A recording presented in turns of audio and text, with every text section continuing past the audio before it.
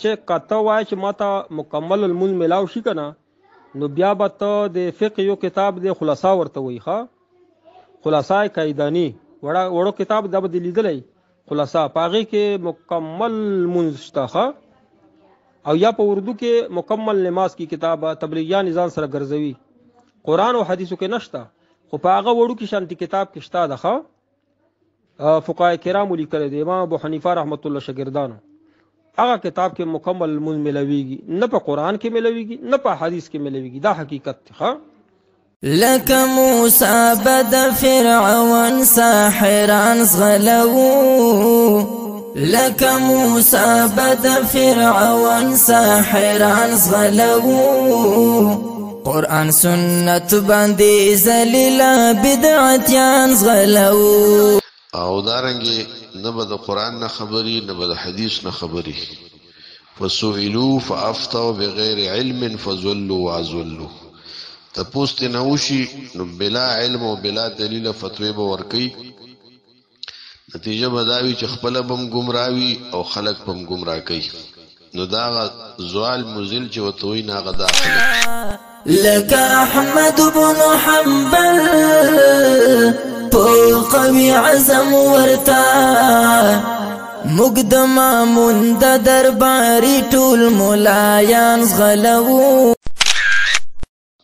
دارنګه خلاصه کې دانی والا خو مونږ په بدعات شروع کړی دی مونږ کې دنه څومره بدعات دي تو ګوره خلاصه کې دانی دی وې دې کې پوره مجتهد ته خلق دعوت کوي او قرآن حدیث ته مزه کې مونږ نشته دی د حق وینکو عالمانو نظر شو مزار شو مزار شم د سلفیانو لشیخانو نظر شو مزار شو مزار شم وعلیکم السلام ورحمت الله وبرکاته دا جاهل مفتی مقلد د قرآن او د حدیث نه پړون دا وی چې قرآن او حدیث کې مونږ نشته حدیثو کې مونږ نشته او خلاصه کې دانی کې مونږ دی او د تبلیغیانو یو وړه رساله کې مونږ پوره دی او احادیثو کې پوره مونږ نشته دا نهایت خطرناک خبره ده کړې ده دا هغه خلک دي چې ذل او علا دي خپلم گمراه دي او نور خلکم گمراه کوي حدیث کې راځي رسول الله صلی الله علیه وسلم فرمایي چې اخر زمانه کې عالم به پاتې نشي نو اتخذ الناس رؤوسا جهالا خلق په جاهلان خلق خپل مشران جوړ کی د ابتاء او د مفتی په منصب باندې با جاهل خلق د قرآن او د حدیث نه جاهل خلق دا با مطلب داری چکینی او دارنگی نبا دا قرآن نا خبری نبا دا حدیث نا خبری فسئلوا فافتوا بغیر علم فزلوا وعزلوا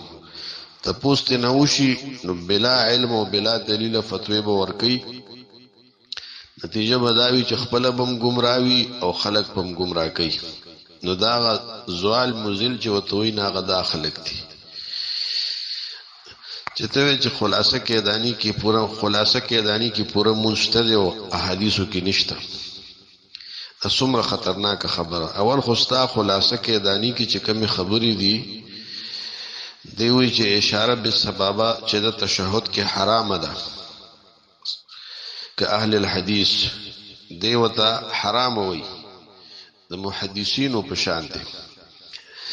نو محدثین چې کما اشاره به سببانو دو دیرش احادیث په دې باندې راغلي دي د رسول الله صلی الله علیه وسلم نه دو دیرش احادیث صحیحه په دې اشاره به سبب راغلي دي او دی وته ظالم حرام وي نو دا وسګور دا د دېغه خلاصه کې دانی والا دي چې وې دې کې پوره مونږ دي څنګه پوره مونږ دي چې هغه شی چې هغه سنت د رسول الله صلی الله علیه وسلم دی هغه طریقه